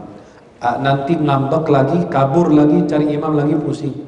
Sampaikan ke pengurus. Nanti dengan kebijaksanaan pengurus, karena dia lebih tahu kunci masuk ke hati ustadz itu apa, atau imamnya, maka beliau akan menyampaikan dengan bijak, ya. Tapi kalau antum dari antum langsung ke ustadznya, salah gua apa?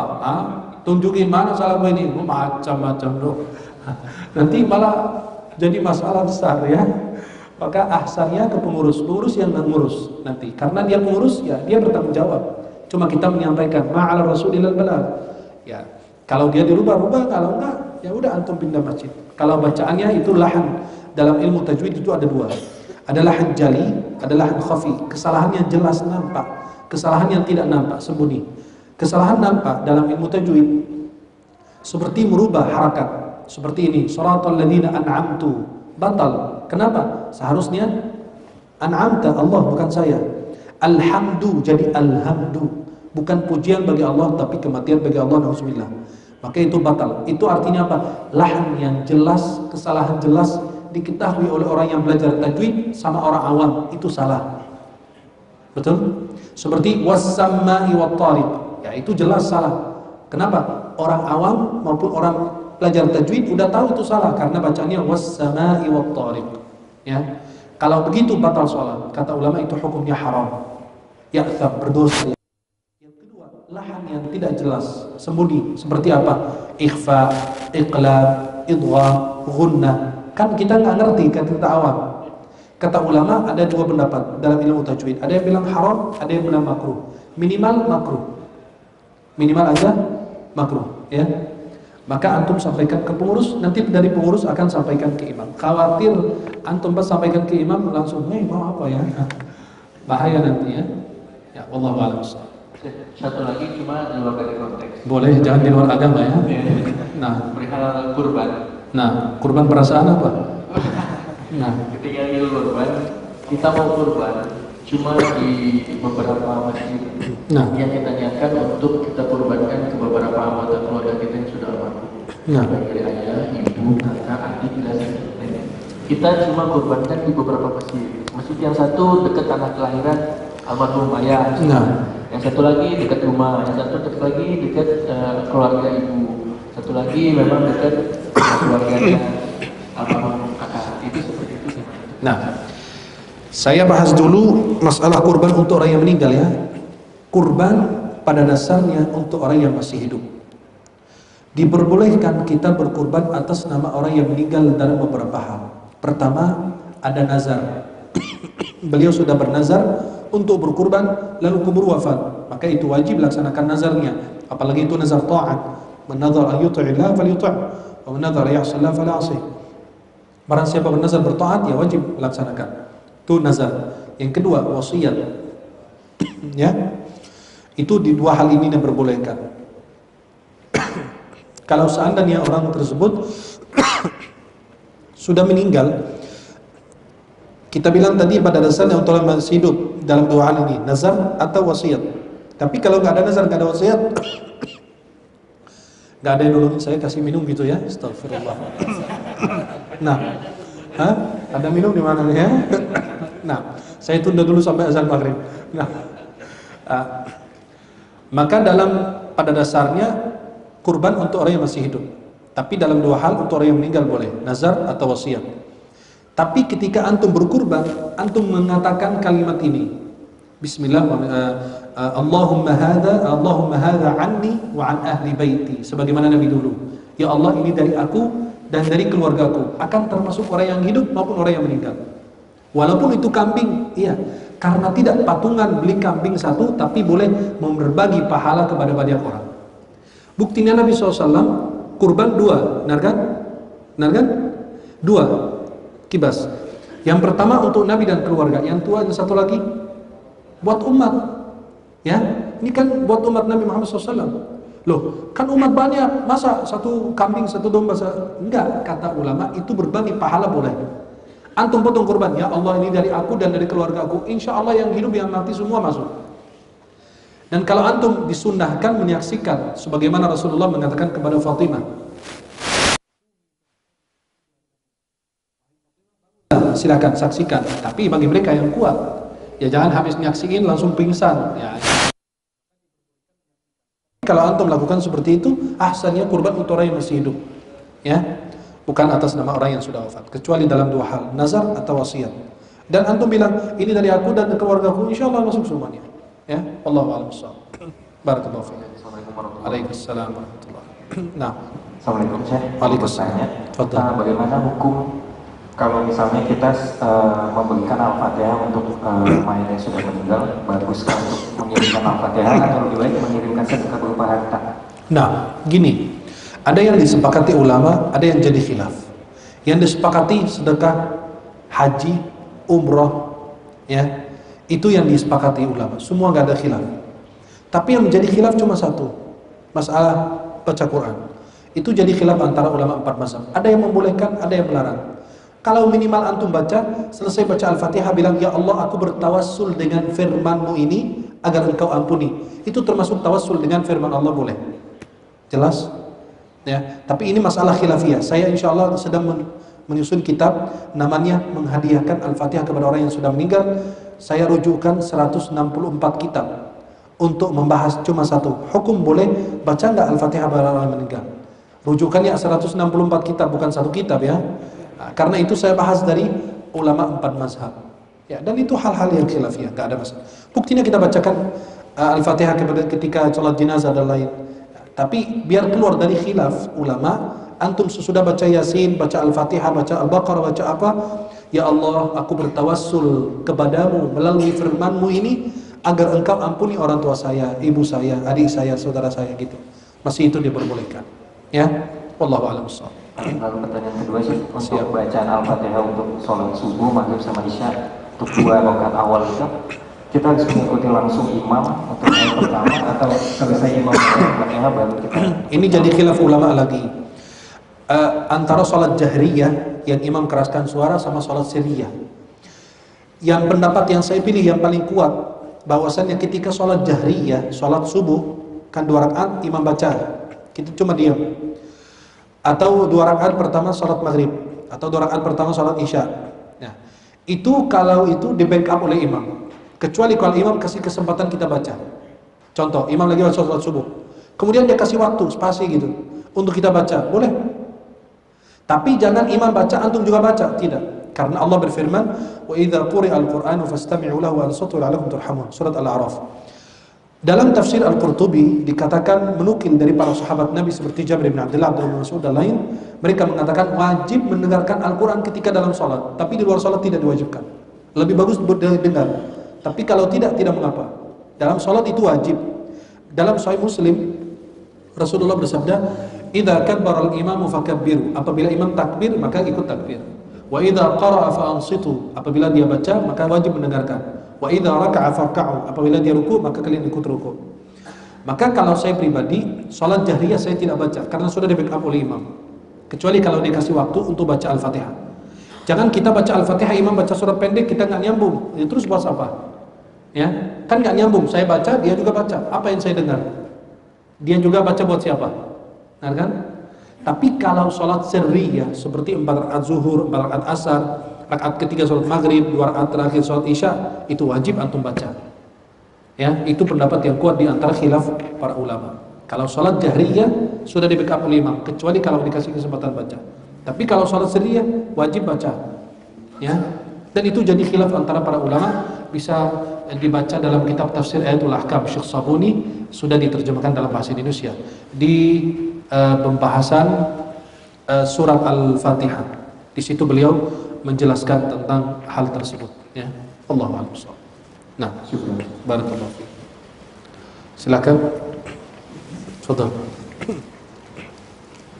Assalamualaikum warahmatullahi wabarakatuh. Waalaikumsalam. Pertanyaan saya, Syekh, mana yang lebih utama sholat tarawih berjamaah tapi dalam kondisi imamnya agak terburu-buru Ya. dan bacanya ayat-ayatnya pendek, atau sholat sendirian tapi kita lebih khusyuk, bacaan juga lebih panjang. Nah, Yang kedua, Ana jawab ini dulu. Yang sholat tarawih itu kalau imam terburu-buru nggak ada khusyuk, kata Imam Ghazali dan ulama lain, sholat sendiri. Karena kita mencari khusyuan dalam sholat. Qad aflahal mu'minun alladzina hum fi sholatihim khashi'un. Maka sholat sendiri lebih bagus. Kalau antum tidak merasakan khusyuan, khususnya dalam sholat sunnah, maka diperbolehkan antum sholat sendiri, dan ini adalah ungkapan Imam Ghazali dalam Ihya Ulumuddin. Nah, wallahu a'lam. Itu ini baca aja itu kita tahu imam itu nggak khusyuk, kita langsung memisahkan barisan. Boleh memisah dengan imam, ya, niat mufaraqah, berpisah dengan imam boleh. Tapi gini, jangan sholat di masjid, nanti takut jadi fitnah. Jelas? Kalau antum sholat sendiri di masjid, imam sholat, ya itu khawatir takut fitnah. Orang awam nggak ngerti. Seperti kita boleh mengqadha sholat qabliyah subuh, sehabis sholat subuh boleh. Tapi saya sendiri kalau telat bangun, contoh pas datang pas iqamah, belum sholat sunnah qabliyah, ya saya sholat di rumah. Khawatir pas saya sholat, orang selesai subuh, mas ada sholat subuh, selesai subuh gitu. Nah itu kan jadi khilaf ulama juga masalah, boleh nggak diqadha dan lain. Kan ada hadis sahabat yang sedang sholat, ikut sholat sama Nabi, lalu dia telat sholat qabliyah, dia ikut sholat. Nabi nanya, kamu belum sholat subuh? Enggak, udah ya Rasulullah, tapi belum sholat qabliyah. Maka itu hindari tempat-tempat yang takut ada fitnah, khususnya buat orang awam. Ya, Allahu a'lam. Nah, berarti dengan penjelasan sana untuk mulai sholat tahajud juga lebih boleh sholat sendiri, lebih afdal. Tapi kalau ada imam yang khusyuk, contoh di dekat rumah ada imam-imam yang lain, carilah dulu, lebih ahsan. Karena sholat berjamaah itu lebih baik daripada sholat sendiri 27 derajat. Ada riwayat 25. Maka afdalnya sholat berjamaah. Kenapa? Antum khusyuk, tidak khusyuk dapat pahala 27. Jelas? Sholat berjamaah lebih bagus daripada sholat sendiri. Antum khusyuk, tidak khusyuk dapat pahala 27. Dan di dalam masjid insya Allah khusyuan gitu. Tapi kalau imam terburu-buru ya agak kesyaitanan seperti yang 23 rakaat 7 menit itu kan kerasukan itu. Ya. Astagfirullah. Astagfirullah. Ya, maka antum lebih bagus salat sendiri kata Imam Ghazali dan ulama lain. Allahu a'lam.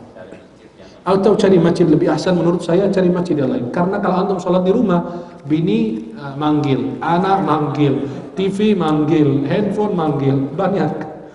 Ya. tapi kalau sudah terlanjur masuk 10 itikaf itu ada terakhir gimana? Nah, cari masjid yang itikaf di situ imamnya khusyuk.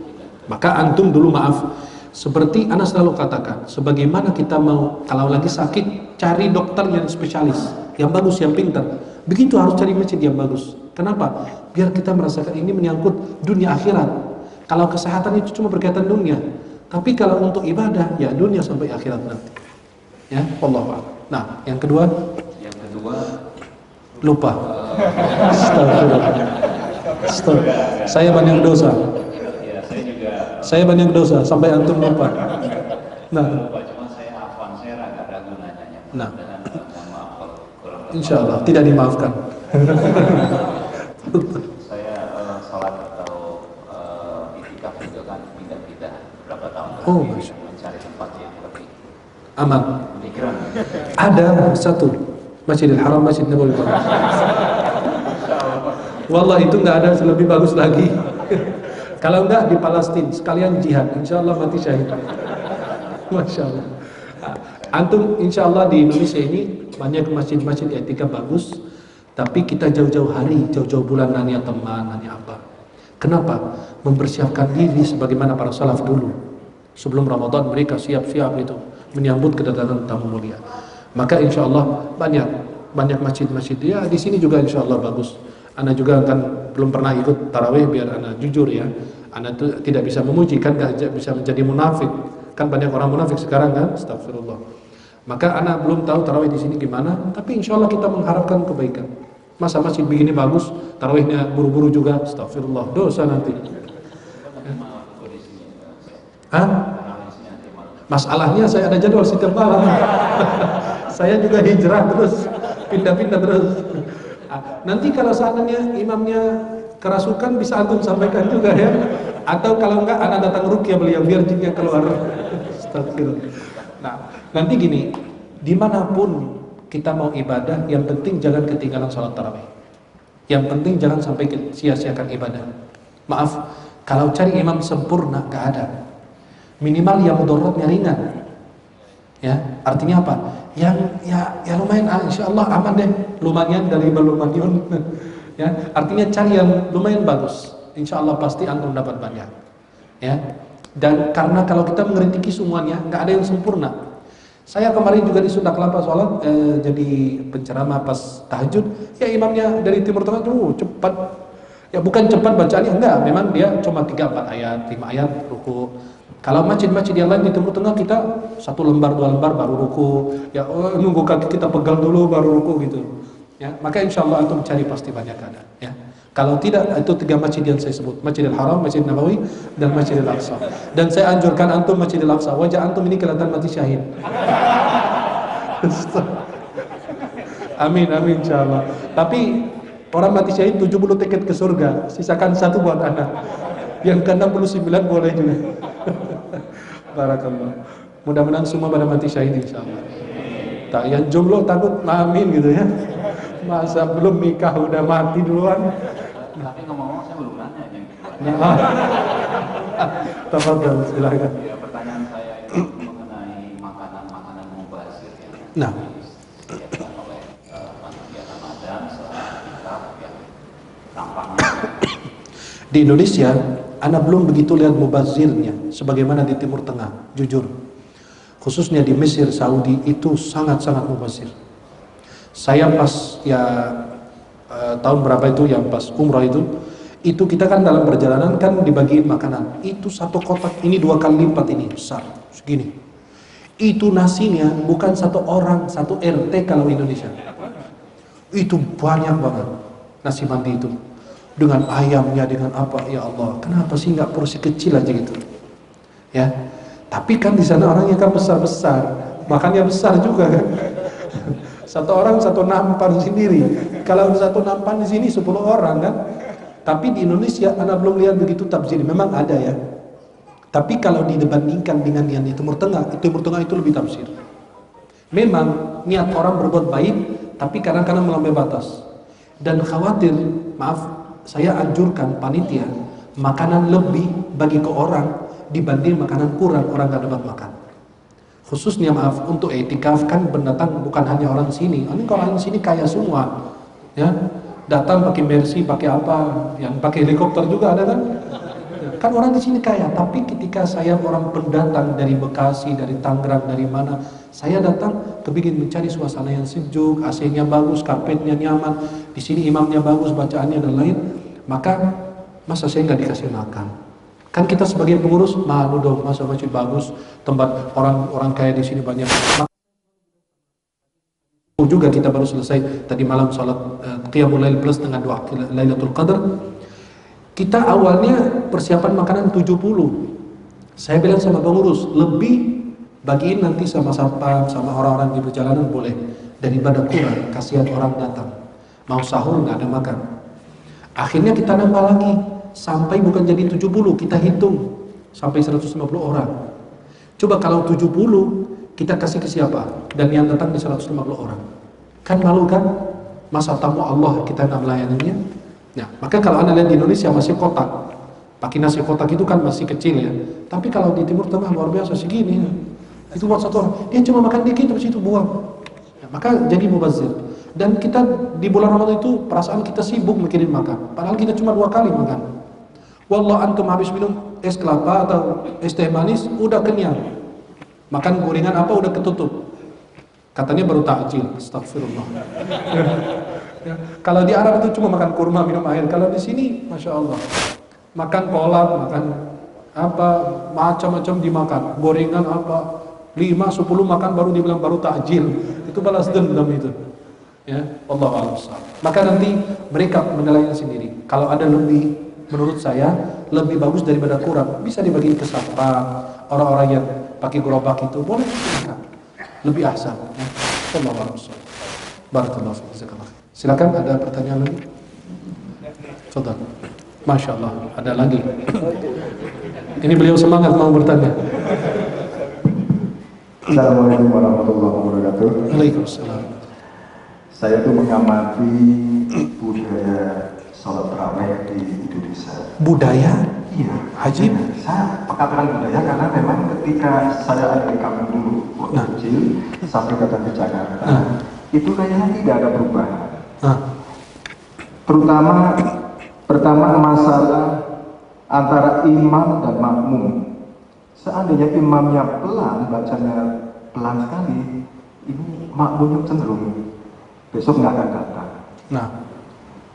Kalau imamnya cepat, bagi makmum yang memang mengharapkan sholat yang khusyuk, apalagi di bulan puasa, itu juga tidak puas. Nah ini sih malah aman Ustaz. Jadi antara makmum dengan imam ini, jadi harus ada imam yang harus mengikuti makmum. Kalau tidak nanti ditinggalkan sama makmum. Nah ini terjadinya. Nah, kemudian imam yang membaca Al-Fatihahnya satu nafas, ini juga masih banyak. Nah, ini bagaimana nih? Itu namanya juga nafasnya panjang. Nah, yang pertama masalah imam. Ridhon nas ghaya la tudrak. Ridhonya manusia sebuah cita-cita, harapan yang tidak susah kita mencapainya. Kalau saya mau cepat, tiba-tiba ada yang khusyuk. Saya mau lambat, ada yang maunya lebih cepat. Kan mencari ridho manusia itu sangat susah. Tapi memang lebih afdal sedang. Tidak terlalu lambat dan tidak terlalu cepat. Insya Allah dua-duanya dapat. Tapi kayak gini, lucu juga kadang-kadang. Jamaah masuk ke masjid pas menjelang subuh. Masjidnya dingin banget. Itu satu jamaah ya, udah tua, aki-aki 70 tahun. Dingin amat, dimatiin AC semua. Kan lucu kan? Orang yang lain marah. Siapa matiin AC? Dia diam. Takut diserang habis, cuma satu orang. Akhirnya mereka ngadu kepada saya. Saya bilang, Pak gini, jangan karena satu orang kita mengabaikan banyak orang. Kalau dia tidak mau dingin, bawa jaket dong. Bawa apa kek? Jangan karena satu orang kita membuat resah banyak orang. Maka yang lebih afdal untuk imam, kita bisa sampaikan ke pengurus, minta yang sedang, nggak usah terlalu cepat dan tidak terlalu lambat.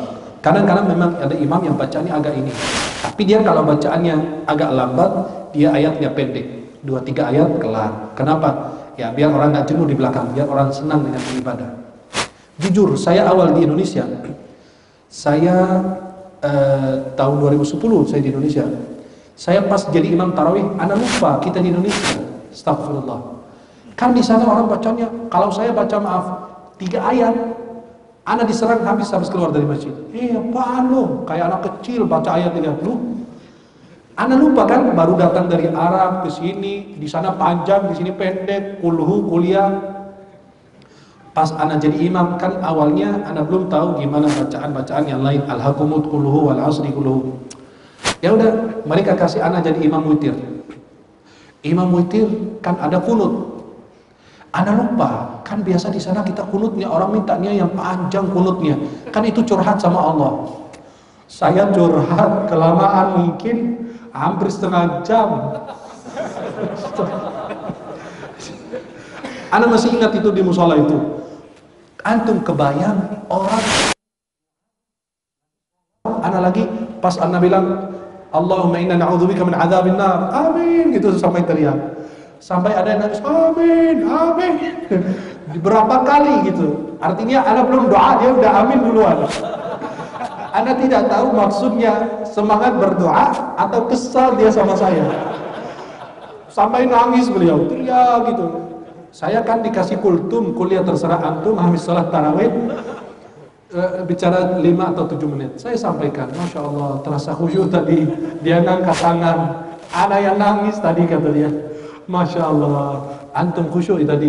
Bukan khusyuk, kaki gue capek, setengah jam sadis, kelamaan.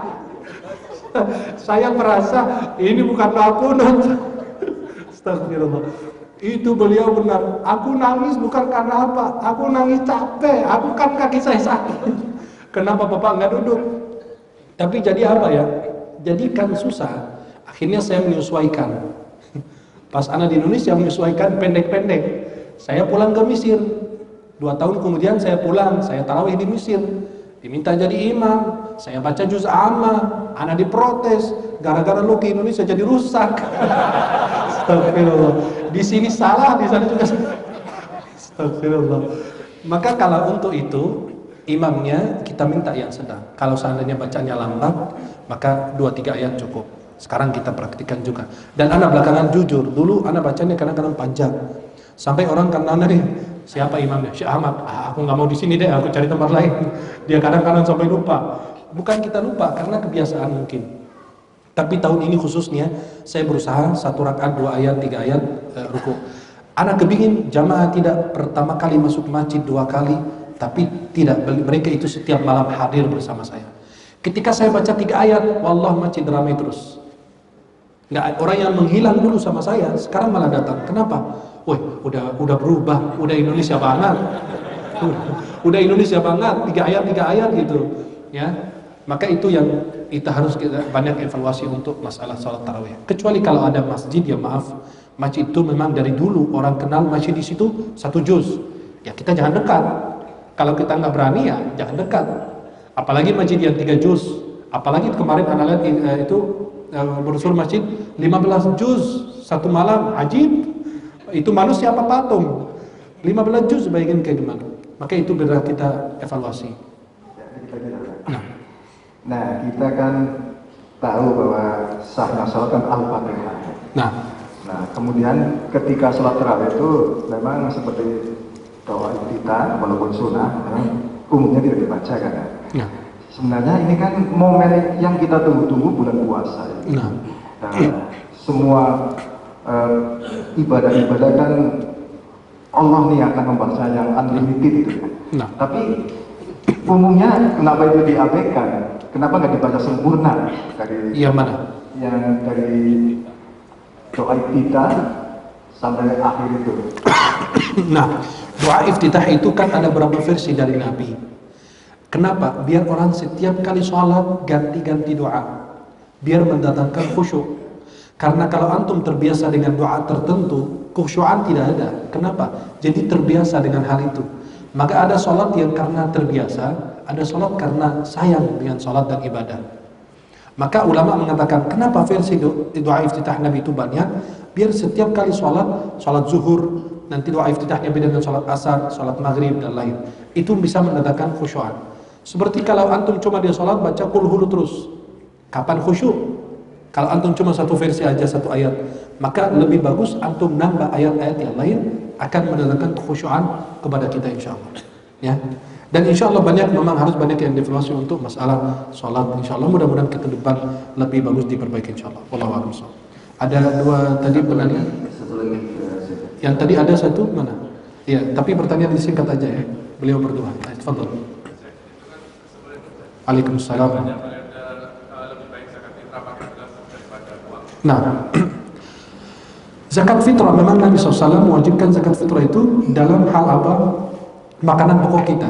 Ya, mazhab Syafi'i, Maliki, Hanbali tidak sah kalau mengeluarkan uang. Tapi dalam mazhab Hanafi dan pendapat Umar bin Abdul Aziz dan sebagian sahabat lain boleh membayar dengan uang.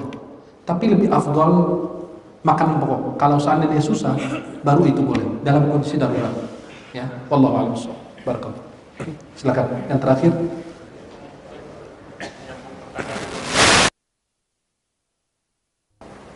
Sedang mau baca iftitah. Nah, namun si imam itu sudah ruku. Masya Allah. Harus membaca Al-Fatihah dulu atau mengikuti ruku? Enggak, maka harus kata ulama antum baca doa iftitah itu cepat. Ya. Karena dan tidak usah semua. Karena itu akan memakan waktu. Kenapa? Nabi SAW pernah marah sama seorang sahabat yang lama sholatnya sampai ada orang gak mau ikut sholat di masjid. Kenapa? Kata dia, ya Rasulullah, fulan itu kalau sholat lama. Nabi marah. Kata Nabi SAW, man amma bin nasi falyukhaffif fa inna minkum ad-dha'if wa dzal hajj. Barang siapa mengimami orang, wajib dia meninggalkan sholat.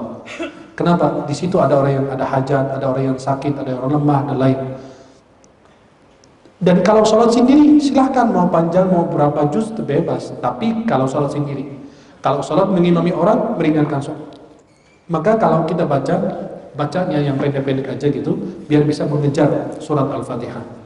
Dan kalau imam sudah ruku, antum berusaha untuk baca Al-Fatihah dengan cepat, kemudian langsung ruku. Harus Al-Fatihah karena apalagi sholat sirriyah kan, itu rukun. Ya. La salata liman lam yaqra bi Fatihatil Kitab. Tidak ada salat bagi mereka yang tidak baca Fatihatul Kitab atau surat Al-Fatihah. Ya. Wallahu a'lam. Baik, untuk sementara ada insyaallah Syekh Al-Misri harus melaksanakan sholat asar di daerah Tebet, jadi waktunya tinggal sedikit, dan mungkin para jamaah masih banyak yang bertanya, mungkin bisa catat nomor telepon Syekh Al-Misri, nanti bisa menghubungi langsung dan bisa bertanya nomor telepon beliau lewat saya sih. Oh, boleh, siap. Oke, siap. Jadi bisa lewat WhatsAppan gitu ya bersama guru kita. Dan untuk itu kami persilahkan kepada Syekh Al-Misri bisa kajian dengan doa. Bismillahirrahmanirrahim. Alhamdulillahi rabbil alamin. Ya Rabbana lakal hamdu kama yanbaghi li jalali wajhika wa 'azimi sultanik. Allahumma salli ala sayyidina Muhammadin fil awwalin wal akhirin.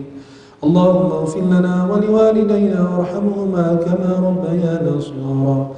ولجميع المسلمين والمسلمات والمؤمنين والمؤمنات الأحياء منهم وارحم الأموات إنك يا ربنا سميع قريب مجيب الدعوات. اللهم اغفر لنا ولوالدينا ولأجدادنا وجداتنا وأصحابنا وأقربائنا. اللهم اشف مرضانا ومرضى المسلمين وارحم موتانا وموتى المسلمين. اللهم إنك عفو كريم تحب العفو فاعف عنا. اللهم إنك عفو كريم تحب العفو فاعف عنا. اللهم اجعل جمعنا هذا جمعا مرحوما وتفرقنا من بعده معصوما ولا تجعل فينا ولا منا ولا بيننا شقيا ولا محروما برحمتك يا أرحم الراحمين. ربنا ظلمنا أنفسنا وإن لم تغفر لنا وترحمنا لنكونن من الخاسرين. ربنا آتنا في الدنيا حسنة وفي الآخرة حسنة وقنا عذاب النار وادخلنا الجنة مع الأبرار برحمتك يا عزيز يا غفار يا رب العالمين. بفضل سبحان ربك رب العزة عما يصفون سلام على المرسلين والحمد لله رب العالمين.